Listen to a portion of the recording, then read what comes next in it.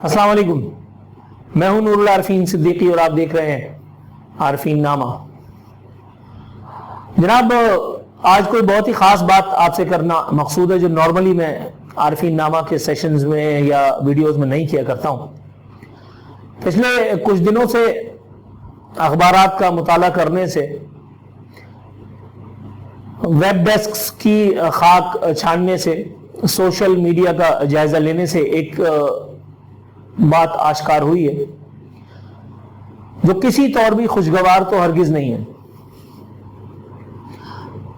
ये एक बहुत बड़ा खतरा है, एक बहुत बड़ी अलार्मिंग सिचुएशन है जिसकी जानिब मैं आपकी तवज्जो मबजूल कराना चाहता हूं आज की इस वीडियो की वसातत से।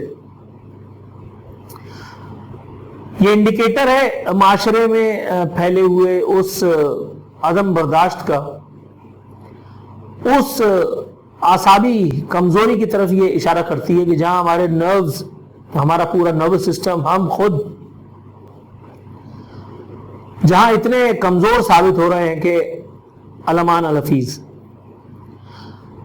अखबार का मुताला किया तो पता चला कि एक मौसूफ ने अपनी जिंदगी का खात्मा महज इसलिए कर लिया क्योंकि उनकी अहलिया उनसे नाराज हो गई थी और नाराज होकर के उन्हें छोड़ करके चली गई थी। इस बात पर मौसूफ को बड़ा नागवार गुजरा और उन्होंने फंदा लगा करके अपनी जिंदगी का खात्मा कर लिया।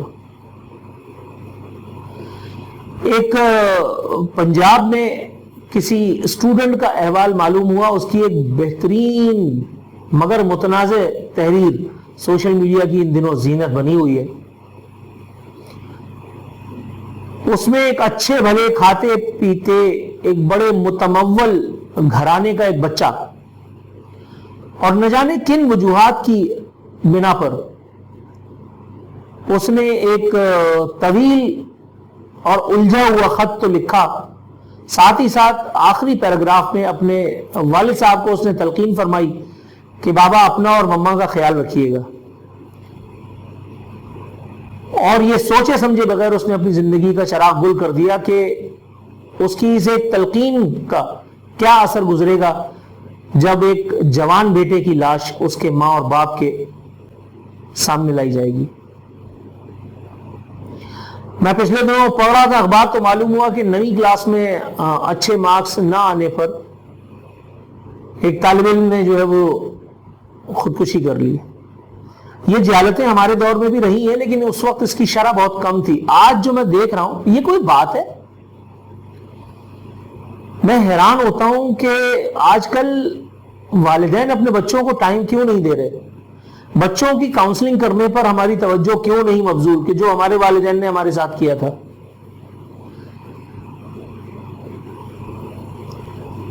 माली उसरत बच्चों को ना होने पाए, फाइनेंशियल इंडिपेंडेंस उनके साथ रहे, आप उनको महंगे महंगे मोबाइल ला करके देते रहे, आप उनको अच्छे अच्छे कपड़े पहनाते रहे, क्या यही बच्चों की जो है वो परवरिश का वाहिद जरिया है? बच्चों के और वालिदैन के दरमियान जो बैरियर है उस बैरियर को गिराना किसकी जिम्मेदारी है मां सिवाय खुद वालिदैन के? और अगर मैं या आप अगर ऐसा करने से चूकते हैं तो क्या गारंटी है इस बात की कि आपका या खुदा न खास्ता मेरा या किसी और का कोई बच्चा किसी गलत हाथ में नहीं चला जाएगा या वो डिप्रेशन का शिकार नहीं हो जाएगा? कितनी महंगी चीज है ये औलाद जिसे मैं जिंदगी की आखिरी कमाई, आखिरी मता कहा करता हूं अक्सर। आपके पास सब कुछ है, आप दुनिया के आखिरी अमीर तरीन इंसान है, लेकिन अगर आप खुदा न खास्ता बे औलाद हैं, बेनामो निशान अगर आप हैं, तो फिर क्या पाया आपने?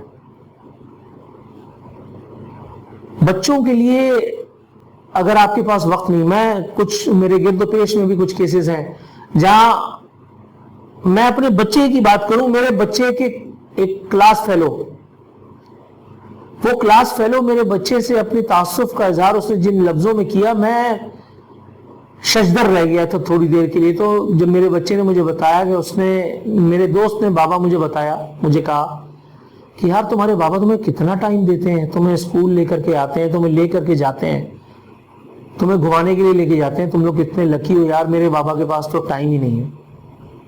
میں مانتا ہوں کہ زندگی میں بہت مشکلات ہوتی ہیں، بہت مشکلوں کو اکیلے جھیلنا پڑتا ہے، کوئی آپ کے ساتھ نہیں ہوتا، لیکن جو آپ کے ساتھ ہے وہ میرے ساتھ بھی ہے، جو میرے ساتھ ہے وہ میرے باپ کے ساتھ بھی تھا، وہ شاید ان کے باپ کے ساتھ بھی تھا، اور آگے آنے والے لوگوں کے ساتھ بھی ہوگا، شاید اس سے کم، شاید اس سے تھوڑا سا زیادہ، لیکن اتوار کا ایک دن تو کم از کم آپ بچوں کو دے سکتے ہیں۔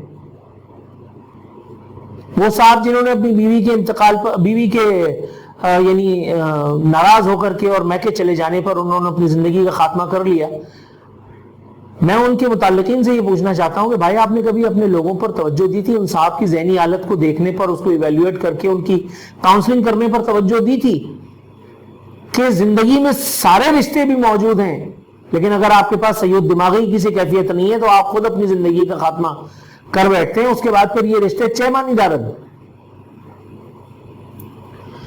کتنی خوبصورت متاع اللہ رب العزت نے مجھے اور آپ کو زندگی کی صورت میں دی ہے۔ یہاں زندگی کی بہت ساری چیزیں نہیں ہیں، لیکن بہت ساری چیزیں اللہ نے ہمیں دی بھی تو ہے، بن مانگے ہمیں عطا کی ہیں۔